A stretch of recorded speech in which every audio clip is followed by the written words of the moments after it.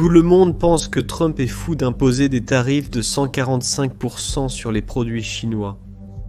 Mais que diriez-vous si je vous disais qu'il y a une stratégie beaucoup plus profonde derrière ces taxes que simplement taxer pour le plaisir de taxer?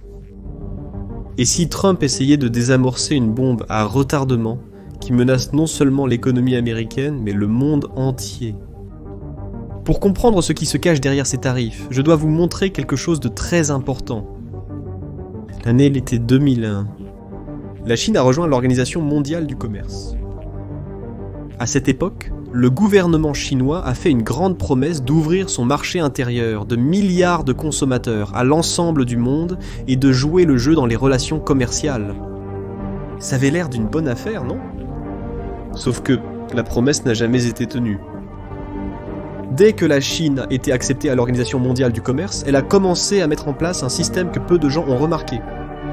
Alors que d'autres pays réduisaient leurs dépenses et ajustaient leurs économies pour concurrencer équitablement, le gouvernement chinois a financé, protégé et encouragé ces entreprises avec des subventions déguisées en incitations économiques.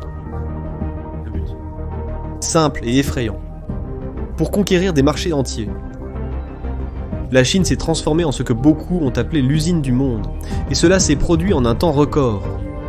Leur stratégie ambitieuse combinait une main-d'œuvre ridiculement bon marché, grâce à leur population massive, et une échelle industrielle énorme entièrement soutenue par le Parti communiste chinois. Vous rappelez-vous de l'ère des contrefaçons chinoises? Ils étaient partout. BlackBerry était la version chinoise de BlackBerry. Samsung au lieu de Samsung. Même l'iPhone a été touché. Le Goophone a été lancé comme un clone officiel de l'appareil d'Apple. Mais ce n'était que le début. Avec le temps, les entreprises chinoises ont absorbé des connaissances, parfois légalement, parfois non, et ont commencé à créer leurs propres produits. Le résultat, une invasion de produits chinois ultra bon marché sur les étagères des magasins du monde entier. Mais tandis que les consommateurs souriaient face au bas prix, quelque chose de terrible se passait en coulisses. Des millions d'emplois ont tout simplement disparu. Pour vous donner une idée, rien qu'aux États-Unis, plus de 2 millions d'emplois dans le secteur manufacturier ont disparu entre 1999 et 2011. Au Brésil, l'industrie textile a été dévastée, et ce n'était pas différent dans de nombreux autres pays. Avançons jusqu'à aujourd'hui, où Trump a décidé d'imposer des tarifs douaniers au monde entier. La réaction a été rapide. Beaucoup pensaient qu'il était simplement fou. Mais au lieu de faire face uniquement à des représailles, les pays ont rapidement commencé à approcher le gouvernement américain pour renégocier des tarifs plus équitables. Tout le monde sauf la Chine. Et voulez-vous savoir pourquoi? La vérité est que la Chine ne joue pas le même jeu que le reste du monde. Elle a créé son propre jeu avec ses propres règles. Et je vais vous montrer comment ils le font. Lorsque la crise immobilière a frappé la Chine en 2020, le pays a dû se tourner vers la seule chose qui fonctionnait encore là-bas. Exporter, s'exporter et exporter encore plus. Le Parti communiste chinois a réinvesti des milliards dans les usines, les infrastructures et les incitations à la production. L'ordre était clair. Si le marché intérieur ne peut pas soutenir l'économie, le marché extérieur devra le faire. Cela a créé ce que les experts appellent une surcapacité. La Chine a commencé à produire beaucoup plus que ce que le monde peut consommer. Panneaux solaires, batteries, voitures et appareils électriques. Ils ont submergé le monde de leurs produits. Et voulez-vous savoir comment ils ont forcé le monde à acheter ce dont il n'avait pas besoin? Avec des prix irréels subventionnés par le gouvernement chinois. Arrêtez et réfléchissez un instant. Combien de fois avez-vous acheté quelque chose en Chine simplement parce que c'était bon marché? Peut-être que vous n'aviez même pas besoin de ce produit, ou qu'il n'était même pas si bon, mais vous avez profité du prix attractif. Imaginez cela à l'échelle de la planète. Pouvez-vous vous faire une idée de l'ampleur de ce problème? Et le plus impressionnant, c'est que ce n'est que la pointe de l'iceberg. La Chine ne se contente pas de saturer le marché avec des produits bon marché, mais a également développé des méthodes incroyablement sophistiquées pour échapper à toute tentative de contrôle. Prenons l'exemple du miel, oui, du vrai miel d'abeille. Déjà en 2001, les États-Unis remarquaient les impacts de la Chine sur son économie et décidaient d'imposer des tarifs plus élevés sur le miel chinois pour protéger ses producteurs locaux. Cette mesure semblait efficace, n'est-ce pas? Faux. La Chine a trouvé une solution et a simplement commencé à envoyer son miel dans des pays comme le Vietnam et l'Inde. Là-bas, le produit a subi un traitement minimal. Parfois, il changeait simplement l'emballage et voilà. Le miel chinois avait maintenant une étiquette fabriquée au Vietnam ou fabriquée en Inde. Avec cette nouvelle identité, le produit est entré aux États-Unis en payant des tarifs beaucoup plus bas. Ce stratagème est devenu si bien connu qu'il a même reçu un nom technique, le blanchiment de miel. Et ne pensez pas que cela soit exclusif au miel. La Chine utilise cette même stratégie, appelée transbordement, avec pratiquement tous les types de produits. Les États-Unis ont essayé de lutter contre cela pendant des années, mais chaque fois qu'ils fermaient une faille, la Chine en trouvait une autre. C'était comme essayer de réparer une fuite avec un tamis. Et ça ne s'arrête pas là. Avez-vous déjà entendu parler de la disposition de minimis? C'est une règle qui permet aux produits d'une valeur inférieure à 800 $ d'entrer aux États-Unis sans payer de droits de douane. Elle a été créée pour les touristes qui rapportent des souvenirs, mais devinez qui en a le plus profité? Les entreprises chinoises Temu et Shein ont transformé cette règle en une entreprise de plusieurs milliards de dollars. Ils ont expédié des conteneurs pleins au Mexique et au Canada, où ils ont divisé les marchandises en petits paquets d'une valeur inférieure à 800 $. Ensuite, ces paquets sont entrés aux États-Unis par voie terrestre sans payer un centime en droits de douane. L'an dernier, plus d'1 milliard de colis ont été envoyés en exploitant cette faille. 1 milliard! Et le pire, comme ces produits ne sont pas comptés comme des importations directes de Chine, ils n'apparaissent même pas dans les statistiques officielles du déficit commercial. C'est pourquoi les mesures de Trump, que beaucoup considéraient comme radicales, commencent à avoir du sens lorsque vous connaissez tout ce contexte. Il ne suffisait pas de simplement taxer la Chine si elle pouvait facilement rediriger ses produits par d'autres pays. Toutes les failles devaient être fermées en même temps. Maintenant, les tarifs de 145% imposés par Trump ont un effet dévastateur. À Guangzhou, un important centre commercial en Chine, les petites et moyennes entreprises qui dépendent des exportations vers les États-Unis sont complètement paralysées. Au gigantesque salon de Canton, qui rassemble plus de 30 000 entreprises chinoises, les pavillons sont remplis de produits qui devraient être en route vers les États-Unis, mais qui s'accumulent maintenant dans les entrepôts. Les fabricants d'appareils électroménagers, de mixeurs, d'aspirateurs et d'autres produits ménagers sont dans un limbo commercial.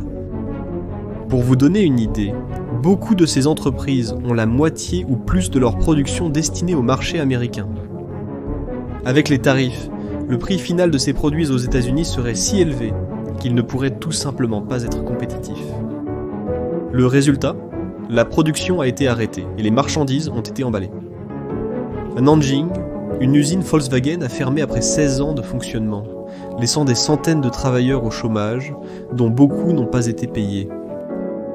Dans la province du Guangdong, un important centre de fabrication de vêtements, de chaussures et de sacs, où sont fabriqués de nombreux articles vendus par des magasins en ligne comme Shein et Temu. Les travailleurs travaillent de moins en moins. Ce qui était autrefois une journée de travail de 14 heures bien rémunérée couvre à peine maintenant les besoins de base. Le gouvernement chinois a promis de faire face à la guerre commerciale jusqu'à la fin. Mais la réalité dans les usines et dans les rues raconte une histoire différente.